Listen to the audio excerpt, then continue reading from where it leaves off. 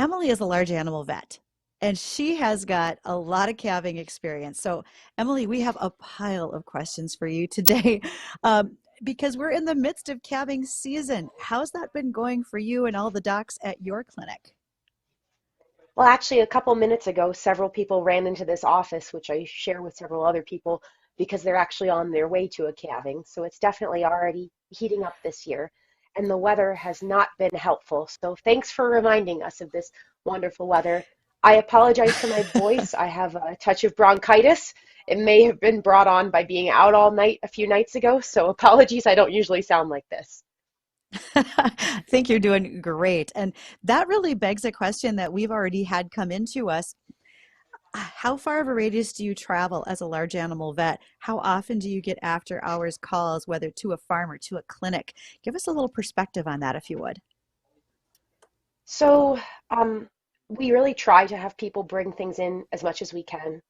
It's really hard. I do travel quite a radius when I have to, but if animals are ambulatory, meaning that they can still walk and it's not a danger to move them, which we can discuss in a minute why it might be in certain situations, I try to have them come in if I can, if they're from really far away, only because we have a pretty broad client base. We have clients that are 70, 80 miles away.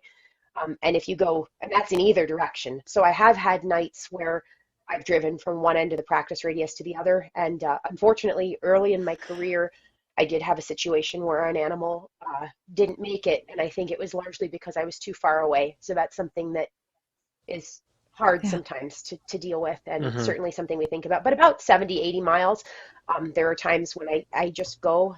Actually, on the 18th, I think it was, I don't know if anybody remembers that storm.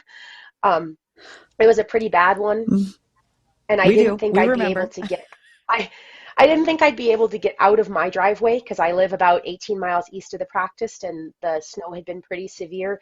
So I actually slept on a cot in this office to make sure I was ready for emergencies.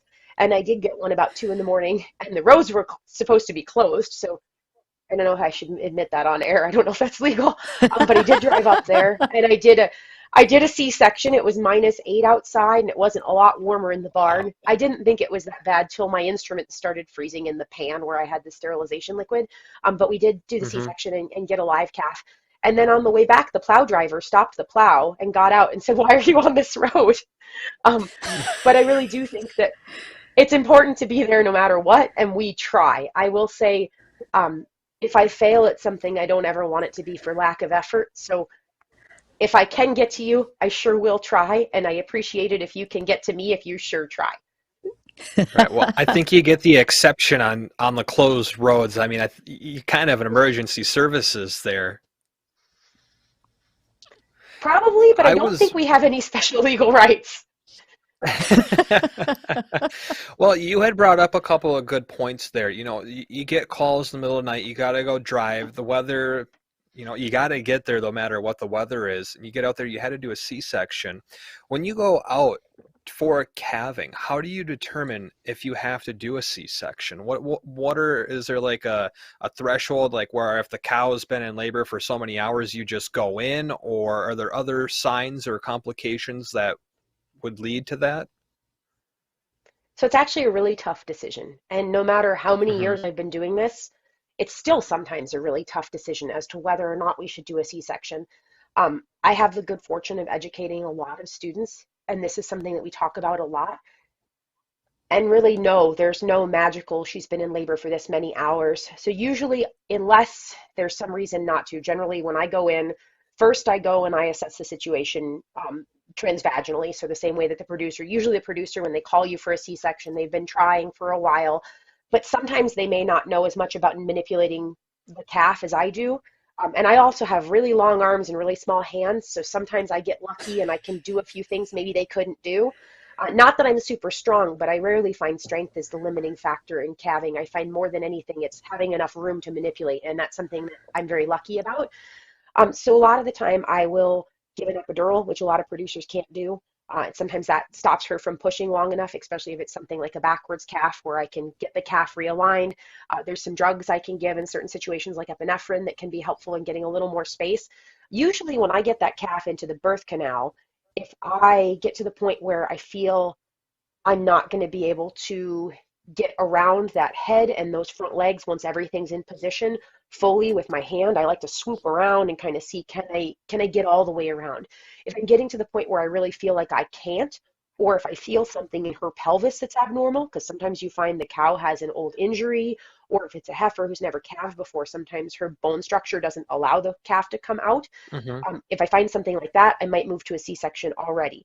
A C-section has a much better prognosis for a cow if the calf is alive than if the calf has been dead for a significant amount of time.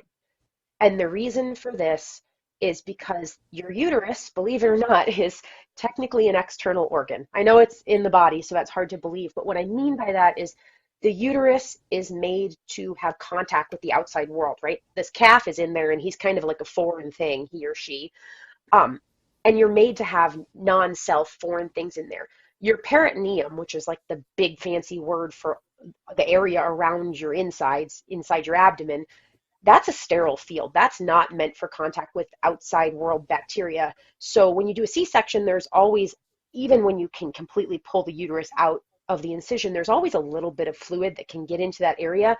And so Hmm. there are situations in which I've had to, but if the calf has been dead a long time, I try not to do a C-section. I really try to do other things. And there are other things you can do as well. There are other ways to get that calf out if you know it's dead. So when I get there, I like to make the assessment of, do I think this animal is abnormal? Do I think there's any reason that I shouldn't pull this calf out the back?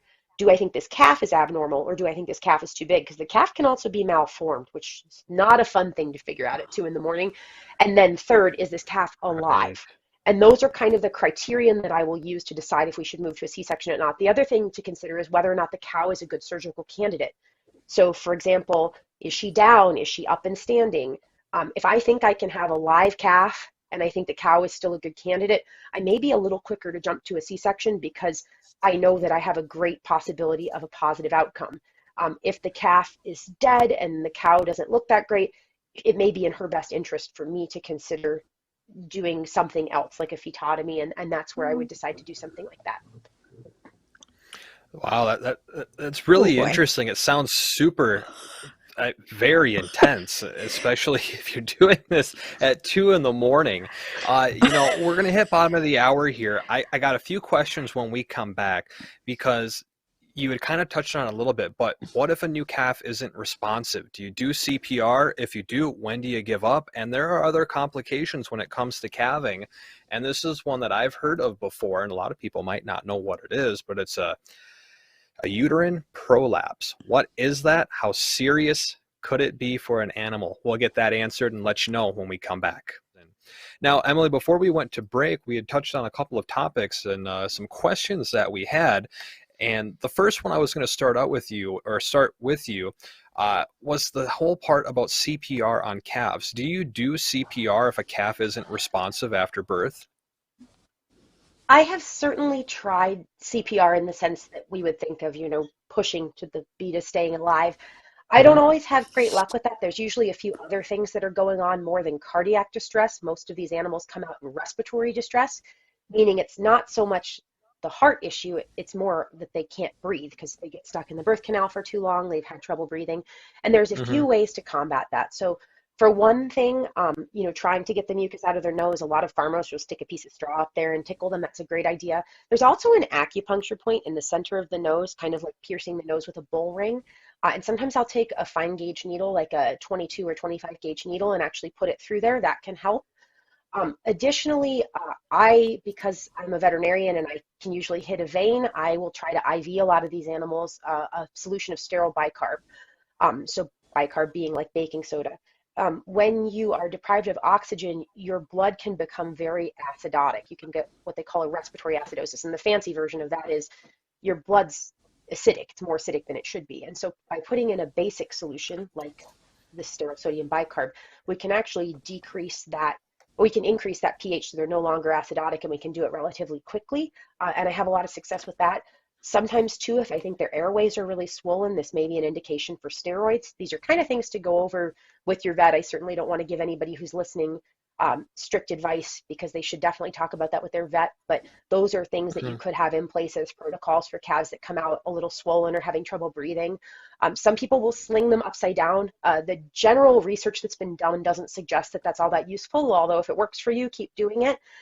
Actually, the best position to put a calf in to take the pressure off the lungs, if you have a calf that's breathing hard or having trouble breathing, is actually with the front feet facing forward, directly on its sternum, so on its belly, and then with both back feet kind of next to it sideways, so it stays up like a ship, upright, because actually that Mhm. puts the least gravity pressure on those lungs and allows them to work as quickly as possible. The most important thing with a calf like that, though, is also as soon as you can to get colostrum into them. That's incredibly important as well, and Right. something to think about. I think that's often neglected and really shouldn't be. I see. And the other thing, it's not always the calf that you have to worry about coming out. I mean, mama can have issues as well, and there's a lot of complications. And tell me, what is a uterine prolapse? Because a lot of our audience probably has never heard of that. Those who have probably had to experience this. What is it, and how serious can it be to the mom? A uterine prolapse is a life-threatening emergency. And so earlier when I said I try to have people haul things in, I will not ask my clients to haul a uterine prolapse. There are vets who maybe do, and I don't mean anything by that, but personally, Hmm. I think that they are just too fragile to haul. So we usually don't ask people to haul them unless there's something drastic going on. And that's because when a cow has a uterine prolapse, there are four types of prolapses. They can have a rectal prolapse, a vaginal prolapse, a cervical prolapse, or a uterine prolapse. And I can get into the other ones later if anyone has interest. But the uterine is the only one that's a true emergency. So that happens after they calf. And what happens is, for whatever reason, it could be because you pulled a really big calf. It could be because she just didn't know not to stop pushing because she's a heifer and this is the first time. Could also be that she's low in calcium and a couple other reasons. That cow will keep pushing and pushing. Even after that calf comes out, she thinks she's got to keep pushing. And she will actually push her whole uterus out inside out. And so we train our staff when they answer the phone to ask what type of prolapse it is, has she Mm-hmm. calved, and then, if people are really confused, the uterine ones tend to hang down behind them. They can be pretty Hmm. long. And I always ask, does it look like a pepperoni pizza? Which is a really weird question, but they have these, they have the attachments that they have for the placenta, the placentomes, and you can see them. And so that's very unique because Oh, you won't see that with any other type of prolapse. So if you see a bunch of buttons on there, that's uterine prolapse. You should probably call your vet. Oh, wow. And those can be really difficult to replace. Sometimes they'll also push their intestines into that inside out sock.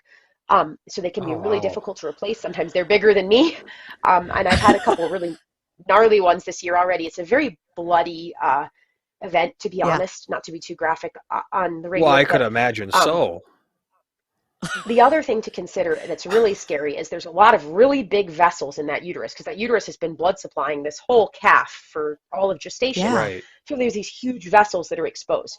If that cow gets upset and ruptures one of those vessels, she can die really quickly. I have a couple Oh, yeah. stories about that you probably don't want to hear, but they can die really, really quickly. And so it is important to get those replaced.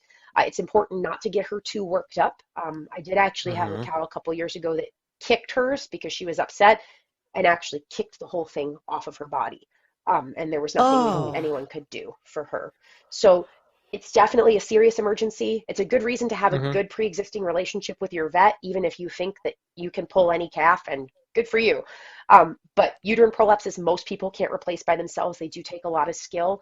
They also need to have an epidural, or you will not get that prolapse back in because she won't stop pushing. And if you can't place an epidural yourself, um, it's probably good to have a good relationship with a veterinarian of some sort.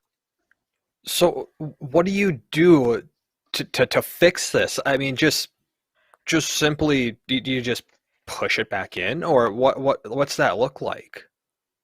It's a tricky business. So first you want to place an epidural so that she doesn't keep pushing it.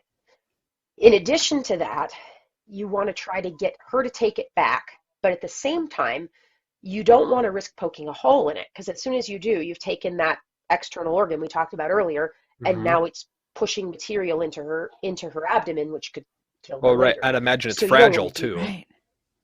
incredibly, and depending on how long it's been out, because sometimes people call you and they say, "Oh my God, it just happened. I just pulled the calf. I saw it." Sometimes they go to bed, the cat's out, everything's fine, and then they call you the next morning and they say, she was fine when I went to bed, and 2 hours later she pushed it out, and now it's been out for 6 hours, and it's full of edema, and it's like the size Wow. of half the size of my body. So it's somewhere where sometimes I think people think maybe being small isn't great, but I will tell you, I'm very capable. Dr. Megan, who works with me, who's a couple inches shorter than me, gets them done no problem. It's more a matter of Hmm. skill than might, especially because if you just try to slam it in there too fast, you will rupture it. Um, so it's a matter of uh, a little bit of convincing her to take it back. You've got that epidural, and you just, for me, I will actually put it on my arm. I'll put my arm in the uterine horn because I'm pretty little, and then I will slowly start rolling it back into her. And it's kind of like an inside out sock, and you have to slowly roll it back into her. I find kind of working in opposition of when she pushes. I kind of think about that as I do them. But there's still some that I can't get replaced. There are other options for that. So if it starts to rupture, or if you really don't think it's replaceable because it's really necrotic, so if it's really purple in color and it looks like it's maybe not good Hmm. for her to have it back, there are options. They Hmm. can be amputated surgically, and that's something I can do as well. The tricky thing is if there's already intestines in it, it makes surgical amputation a lot harder, and that can be really tricky. But amputation is always a reasonable option. And there are areas where people don't have access to veterinarians and they actually learn to do epidurals and amputations themselves.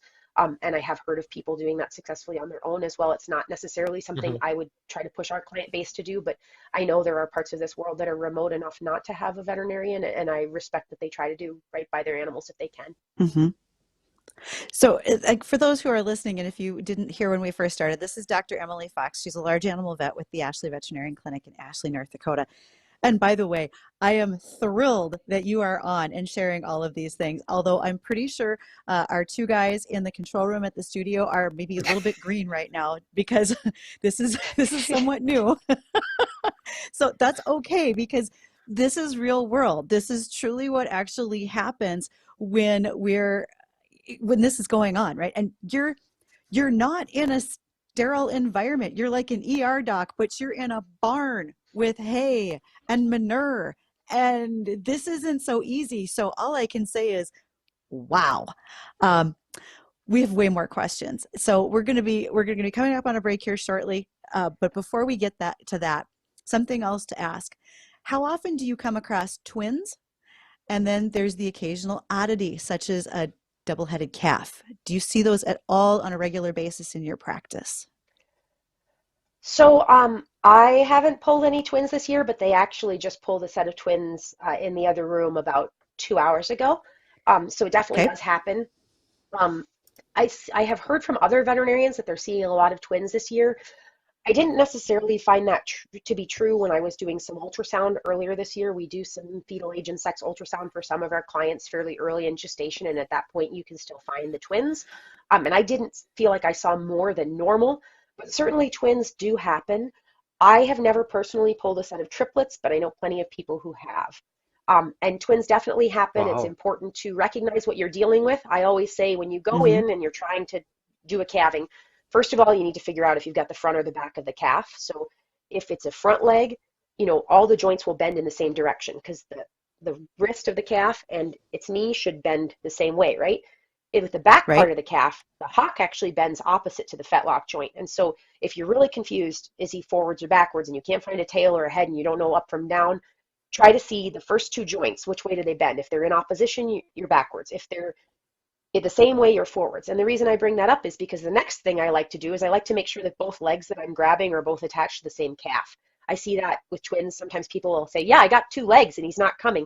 Well, yeah, you've got one leg from one twin and one leg from the other. So it's important to feel both, Whoopsie. see if you can feel a chest. So you're not trying to pull both at the same time because that isn't going to work.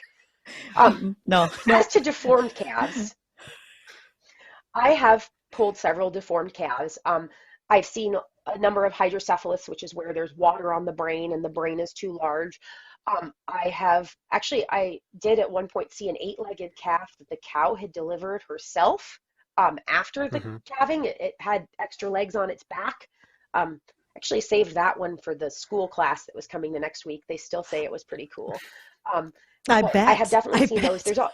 I've also had the inside out calves, the schistosomus reflexus. They're not uncommon either. So that's when when someone calls and they say, you know, I thought my cow was calving, but there's intestines coming out. And then you say, are they little intestines? Well, sometimes the calf is actually born with its intestines on the outside. And that's a very unfortunate thing, but it can happen. So do we see Hmm. deformed calves? Yes. Do we see tons of them? No, I'd like to say we're pretty lucky that we don't see tons. We don't live somewhere where they have some of these plants that can cause deformities. In other countries, there are actually some plants that are teratogenic, meaning they affect fetal development. And in those areas, you Hmm. can actually see deformed calves just due to exposure to plants, which is something we're very lucky not to have here. Maybe it's because our Hmm. weather is so good. That was a nice You try at gotta love the sarcasm. beach day weather. All right, folks. And when we went to break, Emily, we were asking you, what would you say has been kind of your favorite moment or your craziest moment as a full-time large animal vet? Well, I've had a lot of them, and most of my favorite moments are spending time with the producers because that's really a big part of why I do what I do. Earlier, you said something about how I'm doing surgery in a barn, and all I could think of is if I'm lucky, because I've had quite a few things that I've done at the end of the rope, in the field, in a hole in mud. There's nothing worse than trying to put a uterine prolapse in a mud puddle. One time Oh, I remember this cow had come to the edge of a dugout and she had prolapsed right next to the dugout. And the whole time I kept talking to her and I said, please don't go any further because I knew otherwise I was going to be in the water trying to put this the water. prolapse in. I was really grateful she did Oh, not go in the water. Wow. But I've had a lot of really great moments. Rural practice gives you the opportunity to do something different every day, and I really do all sorts of cool things, which I really enjoy. One of my favorite things that happened a couple years ago, I do a fair amount of hernia surgeries on baby calves. So hernias in Hmm. people, we talk a lot about scrotal hernias, but in baby calves, a lot of the time we see umbilical hernias. I think they do have them in people as well, mm, but to my understanding, they're a lot less common. And that's where the body wall hasn't fully formed. And usually around the area of the umbilical cord, some intestines or omentum, which is just fat from the abdomen, can leak into there and cause this kind of open pouch, and they have to be corrected surgically. It's usually not a terribly hard surgery. It's something I do fairly regularly. But a few years ago, I had someone who I'd never met before call and say, hey, I talked to somebody else. They said they don't want to tackle this, but this calf has a hernia on its side. And I said, I don't, really? Are you sure? And they came in, and sure enough, this calf had a hernia in its body wall, but it wasn't in its umbilical area where it should have been developmentally. It was in between the ribs on the side of the abdomen, like the end of the ribs. And I said, I don't know if this is going to really turn out. We don't have mesh here like they would in a human hospital. I don't really know how to fix this. And he said, well, do you want to try? And I said, I always want to try. So I actually did get it replaced. And I took a bunch of nylon suture and I kind of made like a extra bridge between the ribs and kind of made like a fake body wall there. And I found Hmm. out later that the animal lived. And the gentleman is still our client. So I think he was happy. But that was kind of a crazy thing because it was just something Wow. I've never seen. I don't think I've seen it in the literature anywhere. I mean, you can technically have a hernia anywhere, but I wasn't really expecting that to be real.